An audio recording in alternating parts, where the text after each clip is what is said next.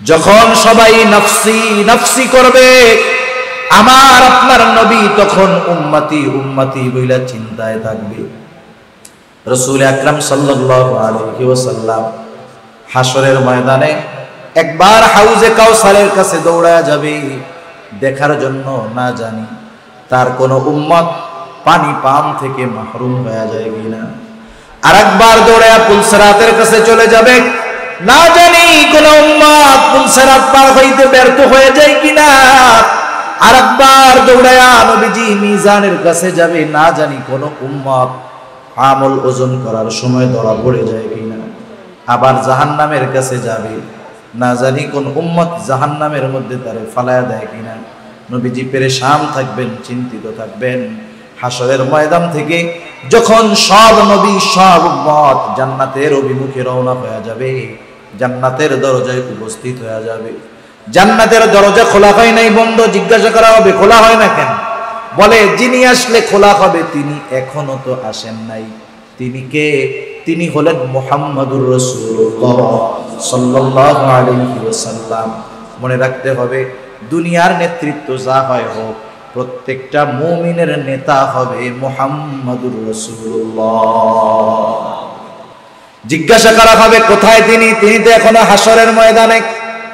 একবার জাহান্নামের দিকে যান, আরেকবার পুলসিরাতের দিকে, আরেকবার মিজানের কাছে, আরেকবার আল্লাহর দরবারে এসে সিজদায় পড়ে যায়। কি করতেছেন তিনি? উম্মতের জন্য পেরেশান।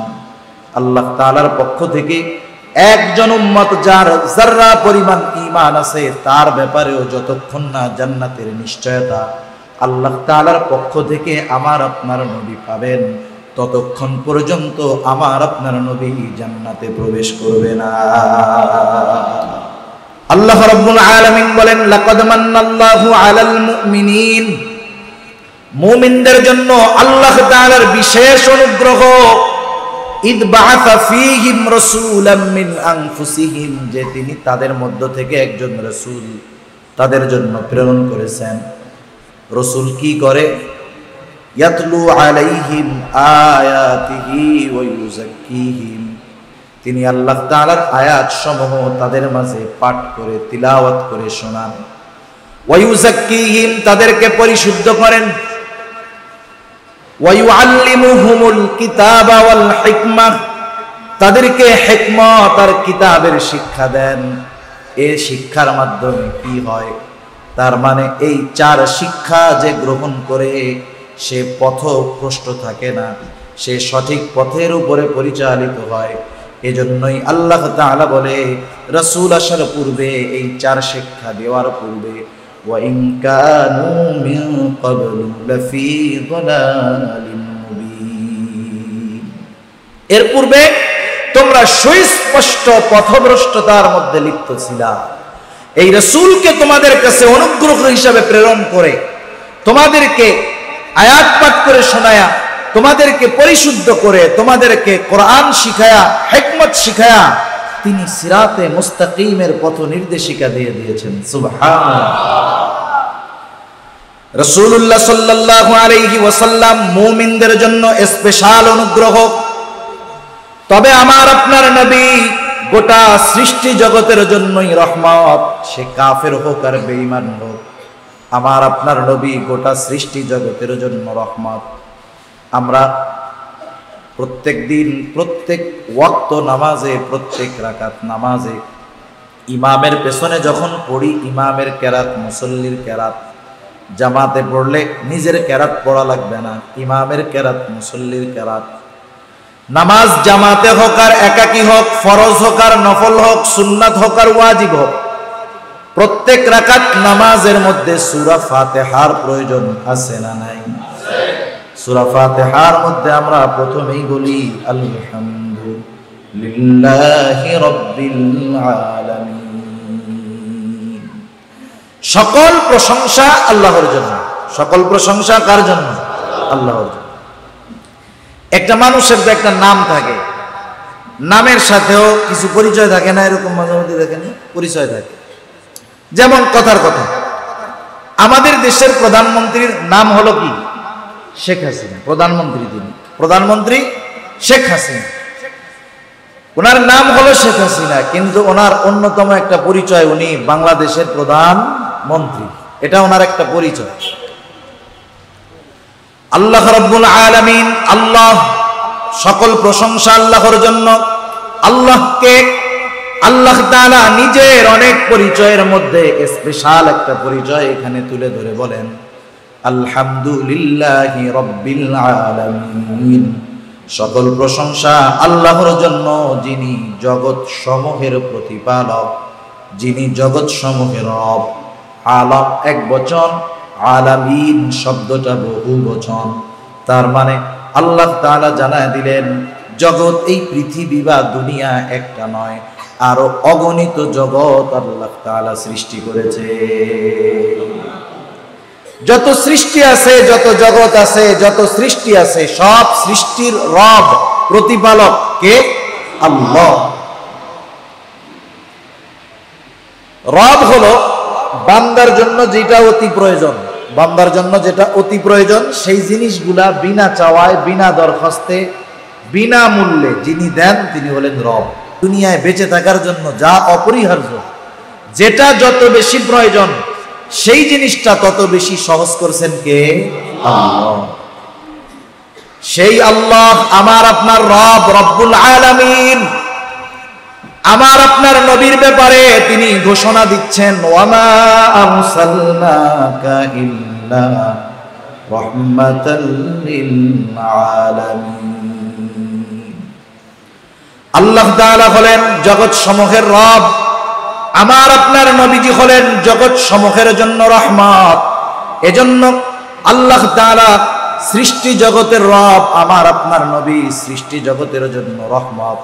তাহলে সৃষ্টি জগতের রব হলেন আল্লাহ, আর সৃষ্টি জগতের জন্য রহমত হলেন মুহাম্মাদুর রাসূলুল্লাহ সাল্লাল্লাহু আলাইহি ওয়াসাল্লাম। আল্লাহ তাআলা আমার আপনার নবীজির শান মান কতদূর পর্যন্ত দিয়েছেন? নিজের রবুবিয়তের বিস্তৃতি। আল্লাহ তাআলা যত কিছুর রব, আমার আপনার নবী তত কিছুর জন্য রহমত। সুবহানাল্লাহ। সেজন্য কবি অনেক সুন্দর কথা বলেন। কবি বলেন, রবুবিয়ত খুদা কি হ্যায় জাহাতা, নবুয়তি মুস্তাফা কি হ্যায় ওহাতা। আল্লাহ তাআলার রবুবিয়তের বিস্তৃতি যত দূর, আমার আপনার নবীজির নবুয়তির বিস্তৃতি তত দূর। সুবহানাল্লাহ। সেজন্য আমার আপনার নবী গোটা সৃষ্টি জগতের জন্য রহমত। আবু জেহেলের জন্য আমার আপনার নবী রহমত ছিলেন। রাসূলুল্লাহ সাল্লাল্লাহু আলাইহি ওয়াসাল্লামের কাছে যখন ওহী নাজিল হলো, আল্লাহর নবী জানায়া দিলেন যে এটা আল্লাহ তাআলার কালাম। মক্কার কাফেররা মুশরিক ছিল ঠিক, কিন্তু তারা আল্লাহ তাআলাকে বিশ্বাস করত, আল্লাহ তাআলাকে অবিশ্বাস করত। বিষয়টা এমন নয়। তাদের বিশ্বাসের সাক্ষ্য আল্লাহ তাআলা নিজেই দিচ্ছেন। আল্লাহ তাআলা কোরআনুল কারীমের এক জায়গায় বলেন, ওয়ালা ইন সাআলতাহুম মান খালাকাস সামাওয়াতি ওয়াল আরদা লায়াকুলুন্নাল্লাহ। আল্লাহ তাআলা বলেন, আপনি যদি মক্কার মুশরিকদেরকে জিজ্ঞাসা করেন, মান খালাকাস সামাওয়াতি ওয়াল আরদ, আসমান এবং জমিনের স্রষ্টা কে, আপনি যদি মক্কার মুশরিকদেরকে এই প্রশ্ন করেন, তারা তাদের দেবদেবীদের কথা বলবে না। তারা বলবে না লাত, মানাত, উজ্জা আসমান জমিনের স্রষ্টা, এ কথা তারা বলবে না। তারা জবাবে কি বলবে? আল্লাহ তাআলাই তাদের জবাব দেওয়ার আগে নিজেই জবাব দিয়ে বলেন, লায়াকুলুন্নাল্লাহ, অবশ্যই অবশ্যই আল্লাহ তাআলা। তারা বলবে আসমান জমিনের স্রষ্টা হলেন আল্লাহ। কাফেররা এই কথা বলবে, আল্লাহ তাআলা বলতেছে। আরেক জায়গায় আল্লাহ তাআলা বলেন, ওয়ালা ইন সাআলতাহুম মান নাযালা মিনাস সামাই মা ফাআহইয়া বিহিল আরদা বা'দা মাউতিহা। আপনি যদি মক্কার মুশরিকদেরকে জিজ্ঞাসা করেন, আসমান হতে পানি বর্ষণ করে কে, ওই বর্ষিত পানির দ্বারা মৃত জমিনকে কে পুনরায় পুনরুজ্জীবিত করে, অর্থাৎ আসমান হতে বর্ষিত পানির দ্বারা ফসল উৎপাদনের অনুপযুক্ত জমিনটাকে কে ফসল উৎপাদনের উপযুক্ত করে তোলে, ওরা ওদের দেব দেবীদের কথা বলবে না। আল্লাহ তাআলাই বলেন লা ইয়াকুলুনাল্লাহ, অবশ্যই অবশ্যই তারা জবাব দিবে এগুলো যিনি করেন তিনি কে। আল্লাহ বৃষ্টি দেন, তিনি জমিনকে ফসল উৎপাদনের জন্য প্রস্তুত করেন এই পানির দ্বারা। আর এক জায়গায় আল্লাহ তাআলা বলেন, আপনি যদি তাদের সৃষ্টির ব্যাপারে তাদের জিজ্ঞাসা করেন যে ওদের বানাইছে কে, ওয়ালা ইন সাআলতাহুম মান খলাকাহুম লা ইয়াকুলুনাল্লাহ, আপনি যদি তাদের জিজ্ঞাসা করেন তাদেরকে কে সৃষ্টি করেছে, তারা তাদের দেবদেবীদের কথা বলবে না। তারা কি বলবে? অবশ্যই অবশ্যই তারা বলবে আল্লাহ। তাহলে মক্কার মুশরিকরা আল্লাহ তাআলার অস্তিত্বে বিশ্বাস করত, এ ব্যাপারে কোনো সন্দেহ নাই। আবু জেহেল যখন রাসূলুল্লাহ সাল্লাল্লাহু আলাইহি ওয়াসাল্লাম জানাইলেন যে এগুলো হলো আল্লাহর কালাম, আবু জেহেল আল্লাহ তাআলার কাছে দোয়া করে বলে, আল্লাহ এই কালাম যদি সত্য হয়, আপনি যদি সত্যই কোরআন নাজিল করে থাকেন, তাইলে আমাদের উপরে পাথর বর্ষণ করেন। কি দোয়া করতেছে বুঝতে পারছেন? বলতেছে কোরআন যদি আপনি নাজিল কইরাই থাকেন, তাইলে আমাদের উপরে পাথর বর্ষণ করেন। কত বড় খারাপ মানুষ, চিন্তা কইরা দেখেন। বলতে তো পারতো যে আল্লাহ কোরআন যদি আপনি নাজিল করে থাকেন, তাইলে কোরআনের এই নূর আমাদের অন্তরে দিয়া দেন। এই কথা না বইলা কি বলে?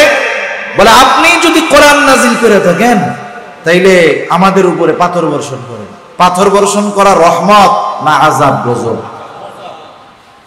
আবু জেহেল দোয়া করতেছে, আবু জেহেলের দোয়াও কিন্তু আল্লাহ তাআলা কবুল করছে।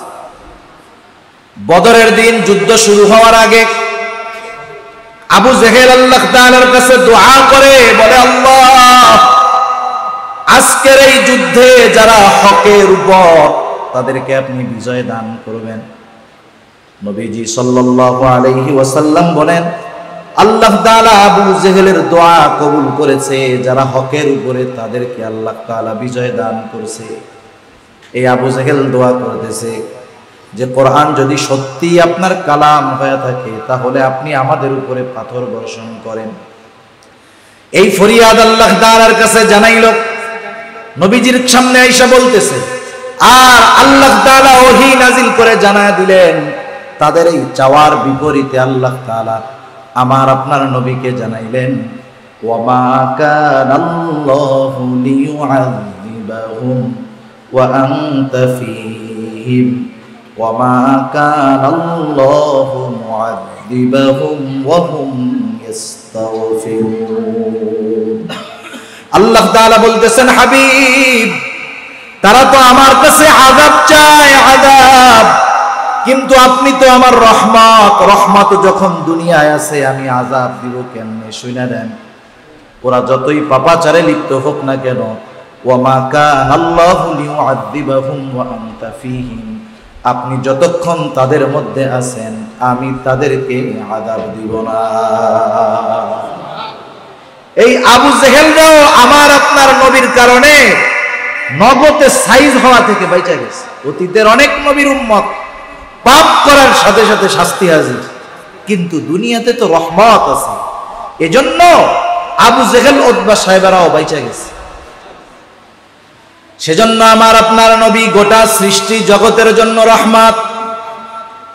নবী উম্মতের জন্য খাসসাতান বিশেষ করে বড় রহম দিল, উম্মতের জন্য চিন্তা ফিকির বেশি থাকতেন, উম্মতের চিন্তায় পেরেশান থাকতেন। যখনই আল্লাহ তাআলার কাছে কিছু বলার সুযোগ পাইতেন, নিজের কথা না বইলা বেশি বেশি করে উম্মতের কথা তিনি বলতেন। হযরত আব্দুল্লাহ ইবনে আমর ইবনুল আস রাদিয়াল্লাহু তাআলা আনহু থেকে বর্ণিত হাদিস, এক মজলিসের মধ্যে বসে আছে সবাই, তিনি বলেন হঠাৎ করে নবীজি সাল্লাল্লাহু আলাইহি ওয়াসাল্লাম কোরআন থেকে তিলাওয়াত করলেন। তিনি বলেন, আন্নান নবী সাল্লাল্লাহু আলাইহি ওয়াসাল্লাম তাআলা মা নাযালা ফি ইব্রাহিম আলাইহিস সালাম। রাসূলুল্লাহ সাল্লাল্লাহু আলাইহি ওয়াসাল্লাম কোরআনুল কারীম থেকে তিলাওয়াত করলেন, যা আল্লাহ তাআলা ইব্রাহিম আলাইহিস সালাতু ওয়াস সালামের ব্যাপারে নাজিল করেছেন। কি নাজিল করেছেন আল্লাহ তাআলা ইব্রাহিম আলাইহিস সালামের ব্যাপারে? ইব্রাহিম আলাইহিস সালাম আল্লাহ তাআলার কাছে তার উম্মতের জন্য, গুনাহগার উম্মতের জন্য দোয়া করেছে। দোয়া, প্রত্যেক নবী তার উম্মতকে ভালোবাসে। সেই উম্মত নেককার হোক আর বদকার হোক, নবী চায় যে আমার সব উম্মত মুক্তি পাক, ঈমান আনুক, সব উম্মত জান্নাতের বাসিন্দা হয়ে যায়। সব নবী চায় এটা, কারণ দুনিয়ার নিজামটাও এরকম। অনেক সময় বিষয় এরকম হয় যে নেককারের চাইতে গুনাহগারের লেগে টেনশন বেশি হয়। যেমন মনে করেন এক লোকের 5টা ছেলে আছে। কয়টা ছেলে? কয় ছেলে বলেন না? 5। 4টা ছেলে খুব ভালো, নামাজি, মুত্তাকি, পরহেজগার, কোনো পাপের সাথে নাই, গুনার সাথে নাই, এক কথায় ভালো ছেলে। কিন্তু আর একটা ছেলে খুব খারাপ, রাস্তাঘাটে মারামারি করে, এর মাথা ফাটায় দেয়, ওর সাথে মারামারি বাঁধায়, মানে এক কথায় দুষ্টু। কাকে কোন সময় মেরে দিবে ঠিক নেই। বলেন তো, মা বাবা ওই 4 ছেলের লেগে দোয়া করে বেশি না খারাপটার লেগে দোয়া করে বেশি? যখনই সজাগ হইব ওইটার লেগে দোয়া করে, আল্লাহ আমার ছোট ছেলেটা তুমি ভালো বানায় দিও, আল্লাহ মরার আগে জানি দেখতে পারি যে ও বাকি 4 ভাইয়ের মতো আল্লাহর ওলি হয়ে গেছে, ভালো হয়ে গেছে, দিনদার হয়ে গেছে। মা বাবা যেমন মুহাব্বতের কারণে খারাপ সন্তানটা নিয়ে টেনশনে থাকে বেশি, নবীজিও গুনাহগার উম্মতের ব্যাপারে চিন্তিত হয়ে যাইতেন বেশি। ইব্রাহিম আলাইহিস সালাম গুনাহগার উম্মতের ব্যাপারে দোয়া করতেছে, বলে রব্বি ইন্নাহুন্না আযাল্লা কাসীরাম মিনান নাস ফামান তাবিআনি ফাইন্নাহু মিন্নি ওয়া মান আসানি ফাইন্নাকা গফুরুর রহিম। ইব্রাহিম আলাইহিস সালাম আল্লাহ তাআলার কাছে বলে, ও আমার রব, ইন্নাহুন্না আযাল্লা কাসীরাম মিনান নাস, এই মূর্তিগুলা, এই প্রতিমাগুলা অধিকাংশ মানুষকে পথভ্রষ্ট করে ফেলেছে, পথচ্যুত করে ফেলেছে। ফামান তাবিআনি ফাইন্নাহু মিন্নি, যারা আমার আনুগত্য করেছে তারা তো আমার দলভুক্ত। মূর্তি পূজা ছেড়ে যারা আমার কথা মেনেছে তারা তো আমার দলভুক্ত। কিন্তু বলেন তো, ইব্রাহিম আলাইহিস সালামের কথা মেনে যারা মূর্তি পূজা ছাড়ে নাই, ঈমান গ্রহণ করে নাই, তারাও তো ইব্রাহিম আলাইহিস সালামের উম্মত, ঠিক কিনা গো? এবার তিনি কেমন যেন গুনাহগার উম্মতের জন্য আল্লাহ তাআলার কাছে ক্ষমা চাইতেছেন। তিনি বলতেছেন, ওয়া মান আসানি ফাইন্নাকা গফুরুর রহিম, আর যারা আমার আনুগত্য করে নাই, আয় আল্লাহ, কেমন যেন তিনি বলতেছেন আপনি তো গফুরুর রহিম, আপনি চাইলে আমার গুনাহগার ওই উম্মত গুলাকেও মাফ করে দিতে পারে। وقال عيسى عليه السلام إن تعذبهم فإنهم عبادك وإن تغفر لهم فإنك أنت العزيز الحكيم।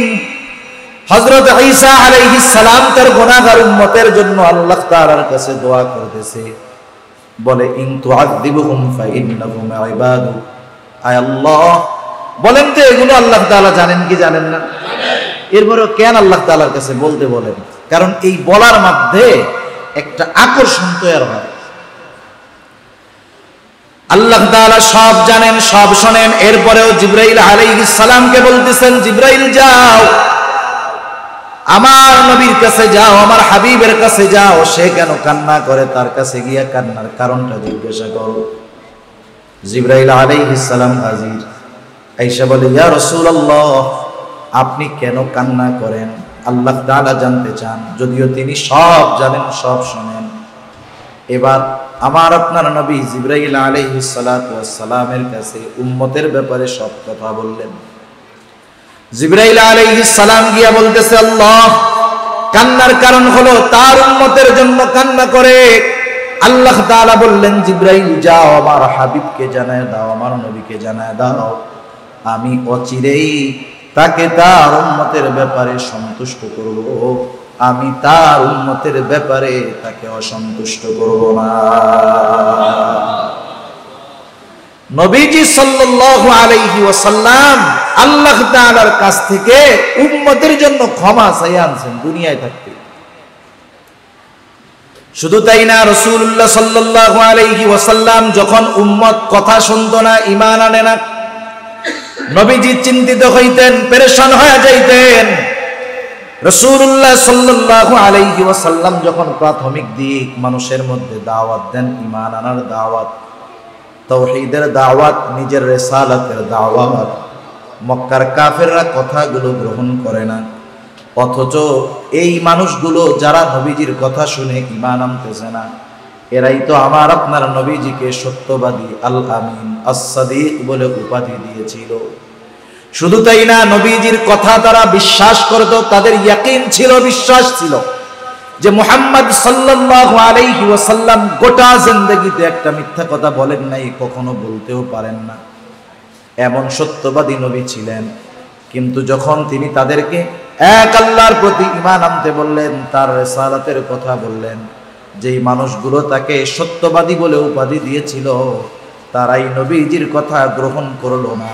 সাথে সাথে নবীজি সাল্লাল্লাহু আলাইহি ওয়াসাল্লামের উপরে তারা আরো জুলুম, নির্যাতনের মাত্রা বাড়ায়া দিল।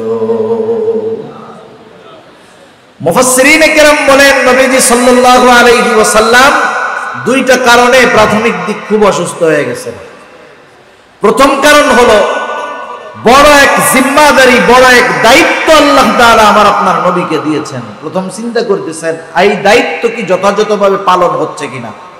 দুই নাম্বার, যখন উম্মত ঈমান আনে না, কথা শোনে না, তখন নবীজি চিন্তিত হয়ে গেছেন যে আমার কাছের মানুষ, আমার আত্মীয় স্বজন, আমার জানাশোনা মানুষ, এরা যতই আমার কাছের মানুষ হোক না কেন, ঈমান যদি না আনে, এদের নাজাতের কোনো উপায় নেই।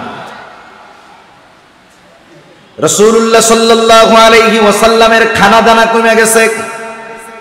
মানুষ যখন চিন্তিত হয়, পেরেশান হয়ে যায়, এমনিতেই খানা দানা কমে যায়, শরীরটাও অসুস্থ হয়ে যায়।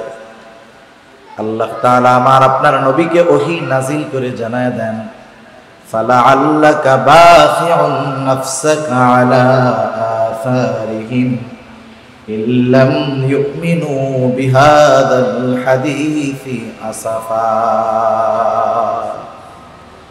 তারা আপনার কথা শুনতেছে না, এই কারণে অনুতাপ করতে করতে, আফসোস করতে করতে আপনি নিজেকে ধ্বংসের দিকে ঠেলে দিচ্ছেন। এ কথার দ্বারা এটাই বোঝা যায় যে উম্মত যখন দ্বীনের উপরে না আসে, নবীজি সাল্লাল্লাহু আলাইহি ওয়াসাল্লাম কতটা চিন্তিত হতেন, কতটা ব্যথিত হতেন। হায়রে, ওই রওজায় শুয়ে শুয়ে এখনো নবীজি এই চিন্তায় বিভোর যে আমার উম্মত কেন দ্বীনের পথে আসে না। রাসূলুল্লাহ সাল্লাল্লাহু আলাইহি ওয়াসাল্লাম সেজন্য চিন্তিত হয়ে যাইতেন। মক্কার কাফেররা যখন নবীজির কথা গ্রহণ করে নাই, বরং নবীজির উপরে জুলুম আরো বাড়ায় দিয়েছে, রাসূল আকরাম সাল্লাল্লাহু আলাইহি ওয়াসাল্লাম চলে গেলেন তায়েফে ওনার কৈশোরের কিছু সময়, শৈশবের কিছু সময় কেটেছে। চলে গেলেন তায়েফের মানুষের মধ্যে যখন দ্বীনের দাওয়াত দেওয়া শুরু করলেন, তায়েফের মানুষ রাসূলুল্লাহ সাল্লাল্লাহু আলাইহি ওয়াসাল্লামকে বুঝলো না, কথা মানলো না, তারা পাথর দিয়ে আঘাত করা শুরু করলো।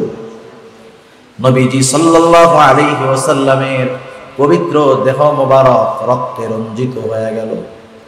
শুধু তাই না, পাথরের আঘাতে গায়ে দাগ হয়ে গেছে, ছোট ছোট দাগ হয়ে গেছে। আয়েশা সিদ্দিকা রাদিয়াল্লাহু তাআলা আনহা একদিন বলেন, ইয়া রাসূলুল্লাহ, আপনার গায়ে এই দাগগুলো কিসের? আপনার কি কখনো বসন্ত হয়েছিল নাকি?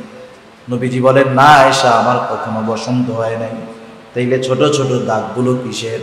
নবীজি বললেন, আয়েশা, আমি যখন দ্বীনের দাওয়াত নিয়া তায়েফবাসীর কাছে গিয়েছিলাম, তারা আমার কথা বুঝে নাই, আমার কথা তারা মেনে নেয় নাই। তারা যেই পাথরগুলো আমাকে নিক্ষেপ করেছিল, এই পাথরের আঘাতের দাগ এগুলো। রাসূলুল্লাহ সাল্লাল্লাহু আলাইহি ওয়াসাল্লামের গা মুবারক দিয়ে রক্ত বের হতো। নবীজি পড়ে যাইতেন, আবার উঠে দাঁড়াইতেন। হযরত যায়েদ রাদিয়াল্লাহু তাআলা আনহু ঠেকানোর চেষ্টা করতেন, কিন্তু একদল মানুষের সাথে পেরে উঠতেন না। নবীজির গা দিয়ে এত পরিমাণ রক্ত বের হয়েছে, রক্তগুলো জুতার মধ্যে গিয়ে রক্ত শুকায়া পায়ের সাথে জুতা আটকে গেছে, খুলতে পারেন নাই। সারাদিন দিনই দাওয়াত দেওয়ার পর নবীজি ক্লান্ত দেহ নিয়ে শহরের এক পাশে এক আঙ্গুর বাগানের কাছে গিয়ে বিশ্রাম নিচ্ছে। একটু চিন্তা করেন নবীজি কেমন ছিলেন উম্মতের প্রতি। যেই উম্মত নবীর উপরে জুলুম করেছে, যেই উম্মত নবীজিকে রক্তাক্ত করেছে, তাদের সাথে নবীজির আচরণ কেমন ছিল। রাসূলুল্লাহ সাল্লাল্লাহু আলাইহি ওয়াসাল্লাম বিশ্রাম নিচ্ছেন, ইতিমধ্যে জিবরাইল আলাইহিস সালাতু ওয়াস সালাম হাজির। এসে বলে, ইয়া রাসূলুল্লাহ, এই কওম আপনার সাথে কেমন আচরণ করেছে আপনার মালিক সব শুনেছেন। আজকে আমার সাথে নতুন একজন ফেরেশতাকে পাঠানো হয়েছে, যে ইতিপূর্বে কখনো আপনার কাছে আসে নাই, আপনার সাথে সাক্ষাৎ করে নাই। নবীজি সাল্লাল্লাহু আলাইহি ওয়াসাল্লাম বলেন, এবার একজন ফেরেশতা এসে আমাকে সালাম দিল, আসসালাতু ওয়াসসালামু আলাইকা ইয়া রাসূলুল্লাহ, হে আল্লাহর রাসূল, এরা আপনার সাথে কেমন আচরণ করেছে আপনার মালিক সব কিছু শুনেছেন। আল্লাহ তাআলা আমাকে আপনার কাছে পাঠিয়েছেন। আপনি যদি নির্দেশ দেন, আপনি যদি আদেশ দেন, আপনি যদি নির্দেশ দেন, তাহলে দুই পাহাড়কে এমন ভাবে মিশিয়ে দেওয়া হবে, এর মাধ্যমে তায়েববাসীকে পুরো পিষিয়ে দেওয়া হবে, নিশ্চিহ্ন করে দেওয়া হবে। যারা আপনার সাথে এমন আচরণ করেছে তাদের কোনো অস্তিত্ব থাকবে না।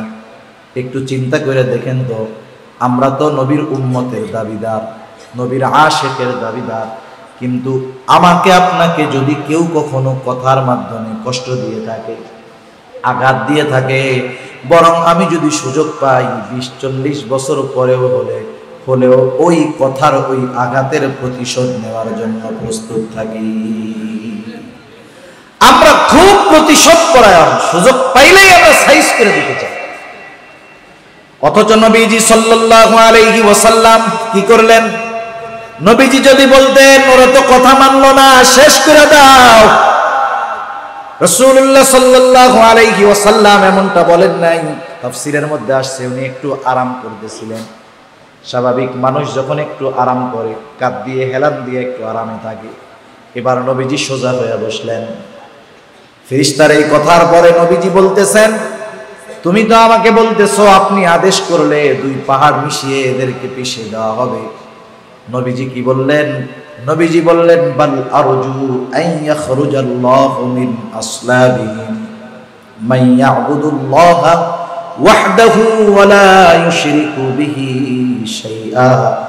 বরং আমি তো আল্লাহ তাআলার কাছে এই আশা পোষণ করি যে আল্লাহ তাআলা তাদের মধ্য থেকে এমন এক জাতি বের করবে, এমন এক প্রজন্ম বের করবে যারা এক আল্লাহর ইবাদত করবে, তার সাথে কোনো কিছুর শরীক করবে না। উম্মতের দ্বারা কষ্ট পাইও উম্মতের প্রতি মহব্বত কেমন ছিল, বদদুয়া করেন নাই, বরং আশা করছেন এরা হয়তো কথা মানতেছে না, কিন্তু এদের সন্তানেরা হয়তো আল্লাহ তাআলার পক্ষ থেকে হেদায়েত প্রাপ্ত হবে। এজন্য রাসূলুল্লাহ সাল্লাল্লাহু আলাইহি ওয়াসাল্লাম উপমা দিতেন। নবীজি উম্মতের ব্যাপারে নিজে উপমা দিতেন, বলতেন, শোনো, আমার আর তোমাদের মধ্যে উপমা হলো ওই ব্যক্তির ন্যায় যেই ব্যক্তি আগুন জ্বালাইলো। আগুন জ্বালানোর সাথে সাথে আশপাশ থেকে বিভিন্ন পতঙ্গ ফড়িং আইসা লাফায়া লাফায়া ওই আগুনের মধ্যে পুইড়া মরে যেতেছে। গ্রাম অঞ্চলের মানুষগুলো সহজে বুঝবে, যেখানে একটা সময় কারেন্ট ছিল না, ধান লাগানোর সময় বিশেষ করে যদি তেলের বাতি জ্বালানো হইতো, আইসা আশপাশ থেকে পোকা আইসা ওই আগুনের মধ্যে লাফ দিয়া মরত। যতই সরানো হইতো তারা সরে না, তারা আইসা লাফ দিয়া পোকের মধ্যে পড়ে। নবীজি সাল্লাল্লাহু আলাইহি ওয়াসাল্লাম বলেন, আমার আর তোমাদের মধ্যে উপমা হলো এই ব্যক্তির ন্যায় যে আগুন জ্বালাইলো আর পোকামাকড় আইসা ওর মধ্যে আত্মহুতি দেয়, পুড়া মরে যায়। তোমরা জাহান্নামের দিকে যাও, আমি তোমাদের কোমর ধরে টেনে টেনে আনি, কিন্তু তোমরা আমার কাছ থেকে সুইটা আবার জাহান্নামের দিকে চলে যাও। উম্মতের প্রতি কত দরদ, মুহাব্বত, ভালোবাসা থাকলে নবীজি এরকম কথা বলতেন। সব সময় নবীজি চিন্তা করতেন কোন জিনিসের দ্বারা উম্মতের কল্যাণ বেশি হবে। নবীজি সাল্লাল্লাহু আলাইহি ওয়াসাল্লাম বলেন, প্রত্যেকটা নবীকে এমন এক একটা দোয়া করার সুযোগ দেওয়া হয়েছে যেই দোয়াটা আল্লাহ তাআলার সাথে সাথে কবুল করবে। সব নবী সেই দোয়া করে ফেলছে, আমি সেই দোয়াটা দুনিয়াতে করি নাই, আমি এইটা জমায়ে রাখছি, কিয়ামতের দিন আমার উম্মতের জন্য ওই দোয়াটাকে আমি সুপারিশ হিসাবে ব্যবহার করব। রাসূলুল্লাহ সাল্লাল্লাহু আলাইহি ওয়াসাল্লাম উম্মতের জন্য সর্বোচ্চ কল্যাণকামী, শুধু দুনিয়ায় কল্যাণকামী তা না, রওজায় শুয়ে শুয়ে উম্মতের জন্য চিন্তা, আখিরাতের ময়দানে উম্মতের জন্য চিন্তিত থাকবে। সুবহানাল্লাহ। যখন সবাই নফসি নফসি করবে, আমার আপনার নবী তখন উম্মতি উম্মতি বইলা চিন্তায় থাকবে। রাসূল আকরাম সাল্লাল্লাহু আলাইহি ওয়াসাল্লাম হাসরের ময়দানে একবার হাউজে কাউসারের কাছে দৌড়ায়া যাবে দেখার জন্য, না জানি তার কোন উম্মত পানি পান থেকে মাহরুম হয়ে যায় কিনা। আরেকবার দৌড়ায়া পুলসিরাতের কাছে চলে যাবে, না জানি কোন উম্মত পুলসিরাত পার হইতে ব্যর্থ হয়ে যায় কিনা। আরেকবার দৌড়ায়া নবীজি মিজানের কাছে যাবে, না জানি কোন উম্মত আমল ওজন করার সময় ধরা পড়ে যায় কিনা। আবার জাহান্নামের কাছে যাবে, না জানি কোন উম্মত জাহান্নামের মধ্যে তারে ফালায়া দেয় কিনা। নবীজি পেরেশান থাকবেন, চিন্তিত থাকবেন। হাসরের ময়দান থেকে যখন সব নবী সব উম্মত জান্নাতের অভিমুখে রওনা হয়ে যাবে, জান্নাতের দরজায় উপস্থিত হয়ে যাবে। জান্নাতের দরজা খোলা হয় নাই, বন্ধ। জিজ্ঞাসা করা হবে খোলা হয় না কেন? বলে যিনি আসলে খোলা হবে তিনি এখনো তো আসেন নাই। তিনি কে? তিনি হলেন মুহাম্মাদুর রাসূলুল্লাহ সাল্লাল্লাহু আলাইহি ওয়াসাল্লাম। মনে রাখতে হবে, দুনিয়ার নেতৃত্ব যা হয় হোক, প্রত্যেকটা মুমিনের নেতা হবে মুহাম্মাদুর রাসূলুল্লাহ। দুনিয়াতে যদি কোনো বড় বিপদ আসে, নেতা কি সব কর্মী নিয়ে ভাগে নাকি নেতা একা ভাগে? সবাইরে নিয়ে যায় না একা ভাগে? আমার আপনার নবী হলেন এমন নেতা, ওনার প্রত্যেকটা উম্মতকে যতক্ষণ না আল্লাহ তাআলার পক্ষ থেকে জান্নাতের ফয়সালা প্রত্যেকটা উম্মতের ব্যাপারে যতক্ষণ না হবে, ততক্ষণ নিজে জান্নাতে ঢুকবেন না। সুবহানাল্লাহ। জিজ্ঞাসা করা হবে কোথায় তিনি? তিনি তো এখনো হাসরের ময়দানে। একবার জাহান্নামের দিকে যান, আরেকবার পুলসিরাতের দিকে, আরেকবার মিজানের কাছে, আরেকবার আল্লাহর দরবারে এসে সিজদায় পড়ে যায়। কি করতেছেন তিনি? উম্মতের জন্য পেরেশান। আল্লাহ তাআলার পক্ষ থেকে একজন উম্মত যার যাররা পরিমাণ ঈমান আছে, তার ব্যাপারেও যতক্ষণ না জান্নাতের নিশ্চয়তা আল্লাহ তাআলার পক্ষ থেকে আমার আপনার নবী পাবেন, ততক্ষণ পর্যন্ত আমার আপনার নবী জান্নাতে প্রবেশ করবে না। এমন নবীর উম্মত, বলেন এর চাইতে বড় নেয়ামত আর কিছু হইতে পারে? নবী উম্মতের প্রতি কেমন দরদি, আল্লাহ তাআলার একটা আয়াতের দ্বারা এটা বোঝা যায়। নবী যে উম্মতকে কত ভালোবাসে এর সাক্ষ্য দুনিয়ার কোন চেয়ারম্যান, মেম্বার, এমপি, প্রধানমন্ত্রী, প্রেসিডেন্ট দেন নাই, দিয়েছেন কে?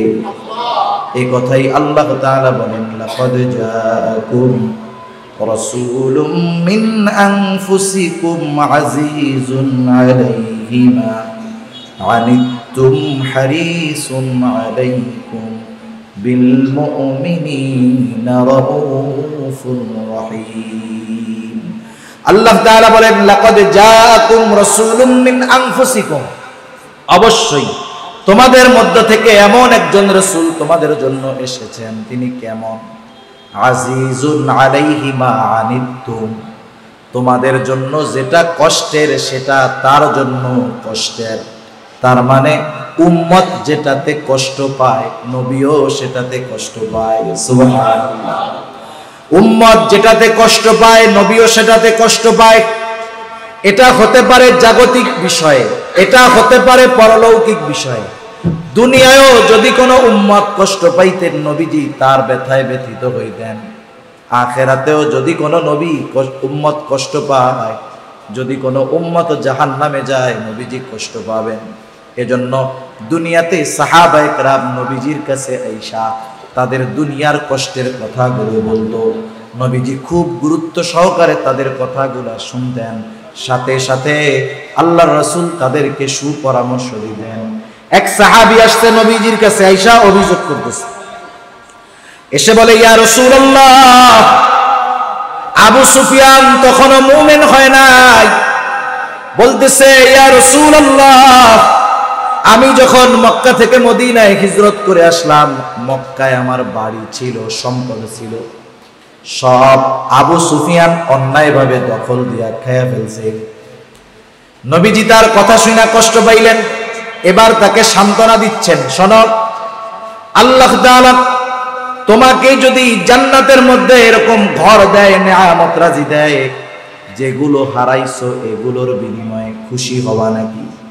লোকটা বলে, ইয়া রাসূলুল্লাহ, আল্লাহ তাআলা যদি আমাকে দুনিয়ার ওই সম্পদের বিনিময়ে জান্নাতের এই নেয়ামতগুলো দেয়, তার চাইতে সৌভাগ্যের আর কি হতে পারে? তাদের কষ্টের কথা শুনতেন, কষ্ট দূর করার জন্য ব্যবস্থা করতেন। নবীজি যখন কোনো রোগী দেখতে যাইতেন, অসুস্থ লোক দেখতে যাওয়ার অন্যতম একটা সুন্নাত হইল, দেখতে যাওয়ার পর লোকটা যত অসুস্থ হোক, তার সামনে এমন ভাবে কথা বলতে হবে যে আপনি ভাই আল্লাহর রহমতে সুস্থ হয়ে যাবেন। লোক যদি অল্প অসুস্থ হয়, কেউ যদি যায় কয়, হায় রে, আপনার যে রোগ হইছে, ওই পাড়ার আব্দুর রহিম তো এই রোগেই মরছে। রোগী দেখতে যাইয়া মনে করেন ডেঙ্গু হয়েছে একজনের, বা করোনা হয়েছে, কথার কথা, আপনি যদি তারে গিয়া বলেন, হায় রে ভাই, করোনা হইয়া তো ওই পাড়ার ওই লোকে কয়দিন আগে মরে গেছে, বলেন তো তার ভয় লাগবে না ভালো লাগবে? কেন চিন্তা করবে, করোনায় যদি আমিও মরি? কিন্তু আপনি যদি যায় বলেন, আরে ভাই করোনা হয়েছে, এগুলা তো অ্যাভেলেবেল সবার হয়, ইনশাআল্লাহ আল্লাহ তাআলা আপনারে সুস্থ করে দিবেন, বলেন তো তার মানসিক স্বস্তি বাড়বে না কমবে? নবীজি সাল্লাল্লাহু আলাইহি ওয়াসাল্লাম অসুস্থ রোগীদের দেখতে যাইতেন, তাদের কষ্ট অনুভব করতেন, কিন্তু তাদের সামনে এমন সান্ত্বনা দিতেন যে তারা খুশি হয়ে যাইত। এজন্য রাসূলুল্লাহ সাল্লাল্লাহু আলাইহি ওয়াসাল্লাম ছিলেন উম্মতের জন্য দরদি। উম্মত যেটাতে কষ্ট পায়, নবীজি সেটাতে কষ্ট পাইলেন।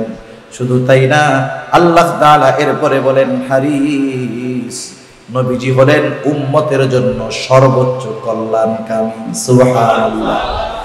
খাসসাতাল লিল মুমিন, মুমিনদের জন্য বিশেষ করে, বিল মুমিনিনা রাউফুর রহিম, মুমিনদের জন্য অতি সদয় ও অতি রহমদিল। আল্লাহ তাআলা আমার আপনার নবীজির শানে নিজের সিফাতের শব্দগুলো ব্যবহার করেছেন। যেমন এক জায়গায় আল্লাহ তাআলা আমার আপনার নবীজির চারিত্রিক বৈশিষ্ট্য বর্ণনা করতে গিয়া বলেন, ওয়া ইন্নাকা লাআলা খুলুকিন আযীম, আপনাকে আমি মহান চরিত্রে অধিষ্ঠিত করেছি। আযীম শব্দটা এটা আল্লাহ তাআলার এক সিফাত।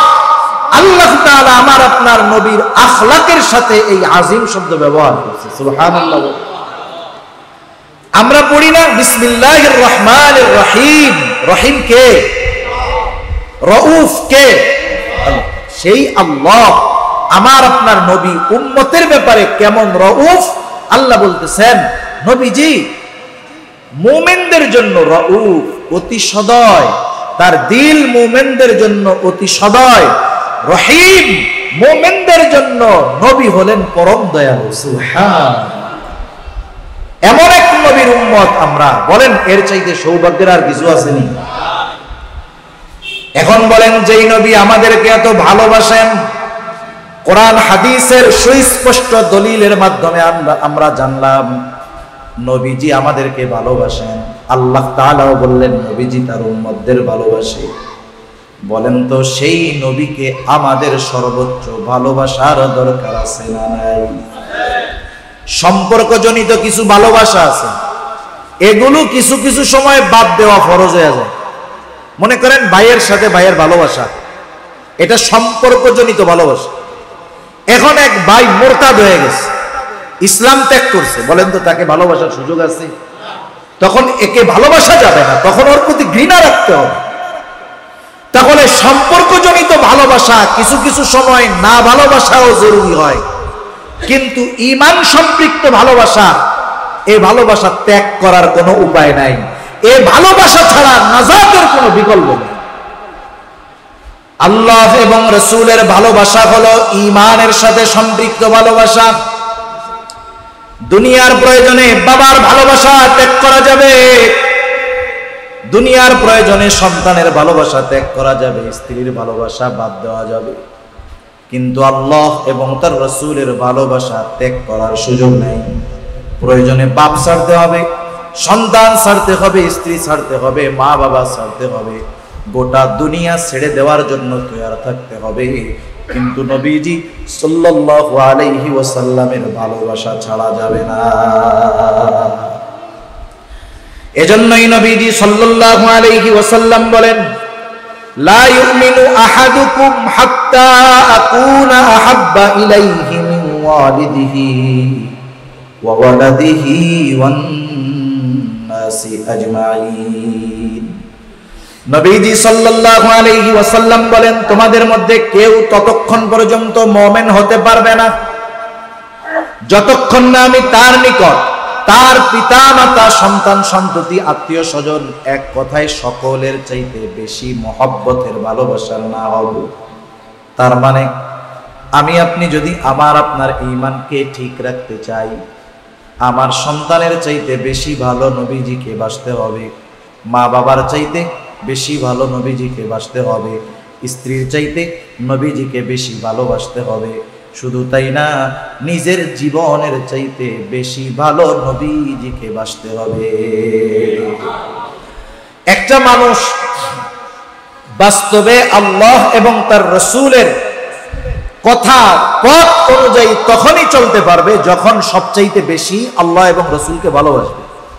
এর আগ পর্যন্ত আল্লাহ এবং তার রাসূলের হুকুম মান্য করা তার জন্য সহজ হবে না। সহজ হবে তখন যখন আমরা আমাদের জিবা আনহু বলেন, ইয়া রাসূলুল্লাহ থেকে আমি ওমর আমার জীবনের চাইতে আপনাকে বেশি ভালোবাসি। নবীজি বললেন, হ্যাঁ ওমর, এইবার হয়েছে। তার মানে ঈমান যদি পূর্ণ করতে হয়, নবীজি জানায়া দেন সকলের চাইতে বেশি ভালো আমি নবীকে বাসতে হবে।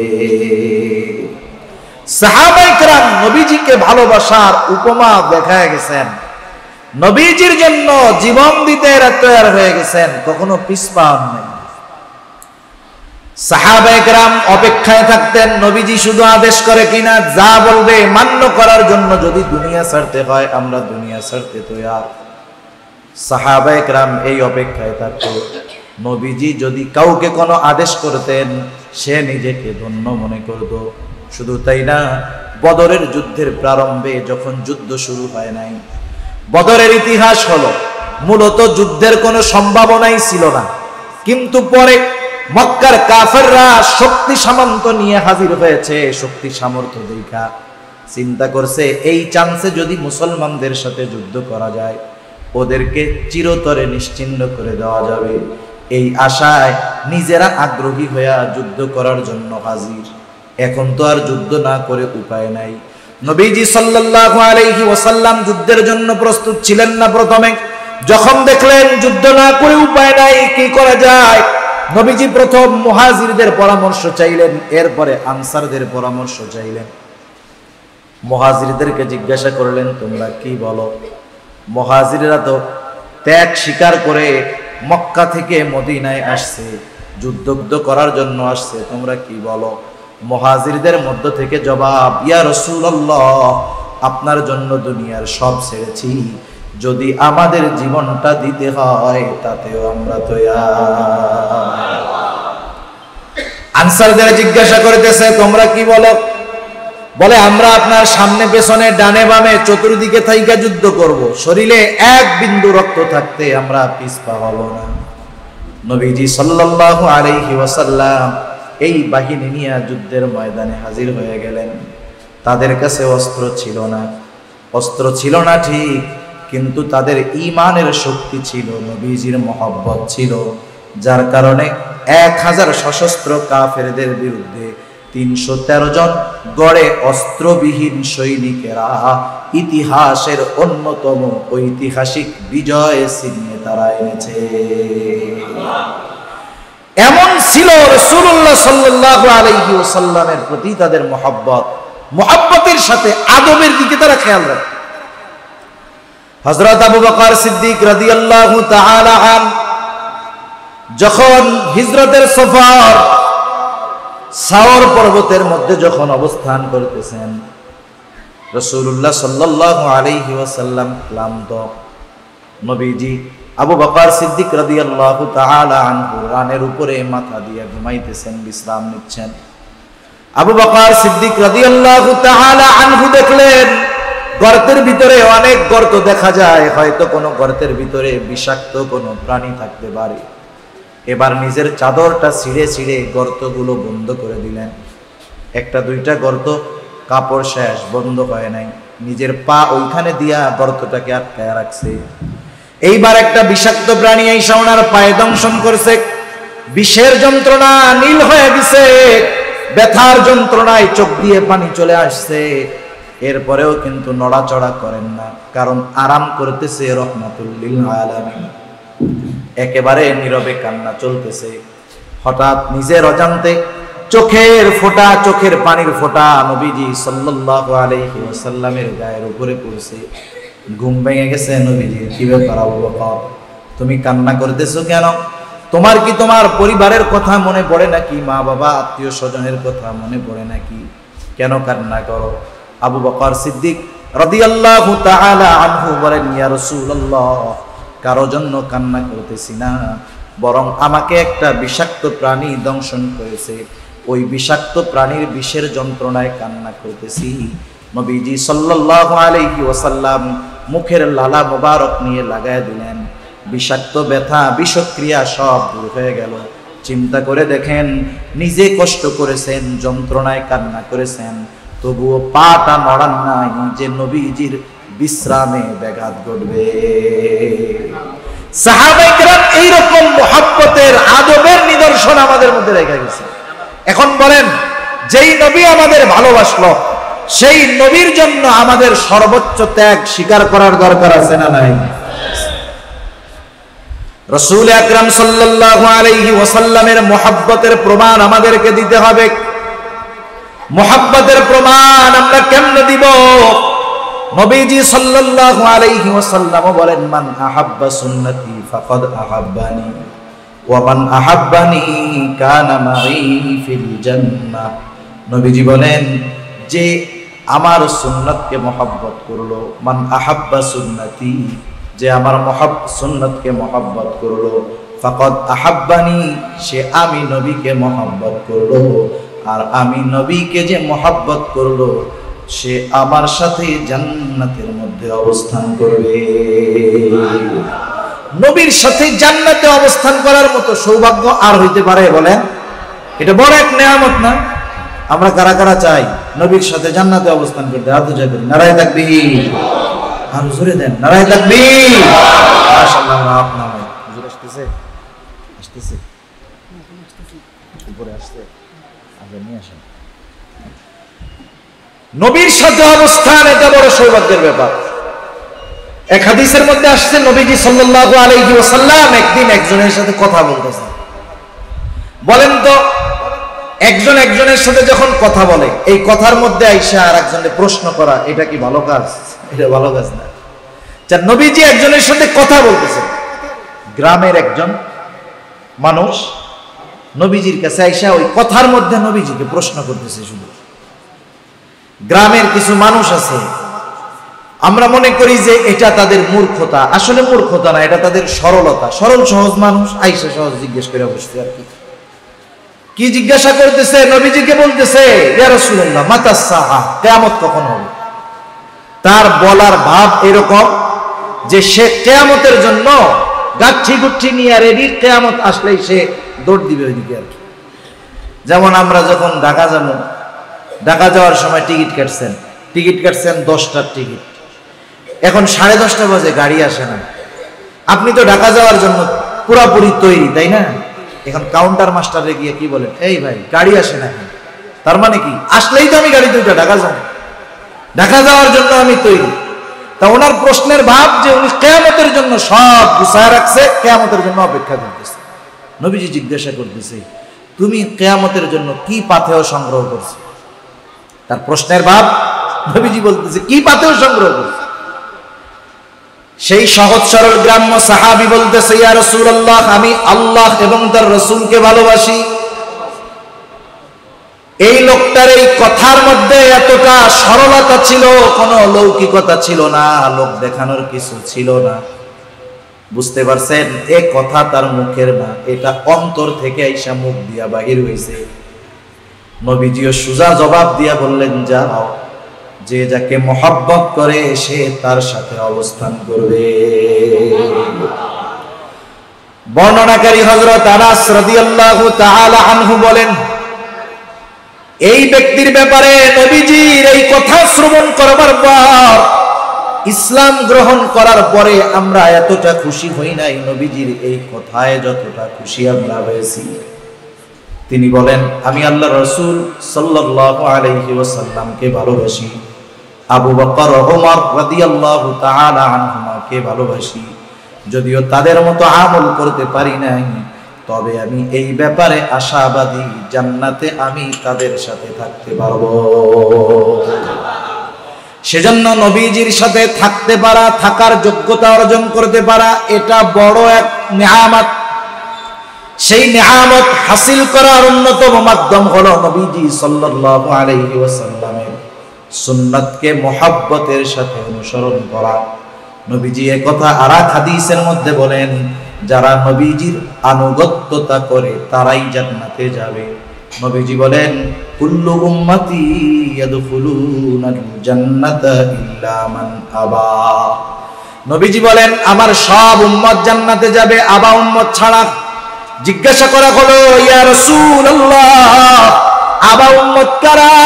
নবীজি বললেন, মান আতাআনি দাখালাল জান্নাহ, যে আমার আনুগত্য করে সে জান্নাতে প্রবেশ করবে।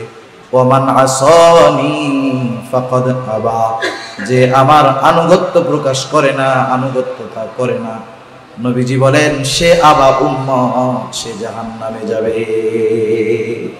এজন্য নবীজি সাল্লাল্লাহু আলাইহি ওয়াসাল্লামের সাথে যদি জান্নাতে আমরা থাকতে চাই, তাহলে মুহাব্বত করে সুন্নাতের পাবন্দি অনুসরণ আমাদের করতে হবে।